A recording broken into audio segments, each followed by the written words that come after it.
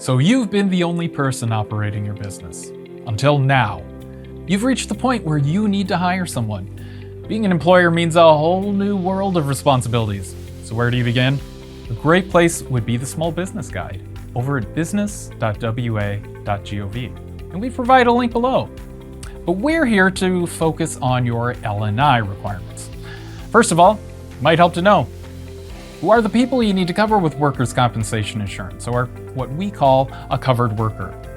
Covered workers are going to include employees working full-time or part-time. It's going to include temporary, seasonal, and casual labor, and oftentimes family members as well.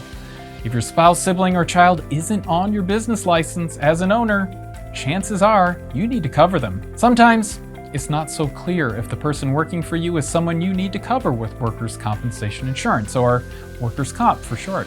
And perhaps no scenario causes more confusion than when you bring on an independent contractor to do work for you. So, what is it about independent contractors that causes so much bewilderment? It's because those people you're calling independent contractors might actually be covered workers by definition of the state and for the purpose of workers' comp. It's not as simple as giving someone a 1099 and calling them a contractor. Now, it is possible to be a legitimate contractor from the perspective of the IRS, but still not considered one by Washington State and L&I.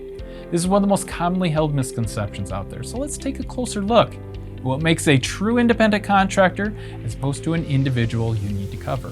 One way to determine if someone meets the independent contractor test is if they're providing workers of their own or bring major specialized equipment to the job.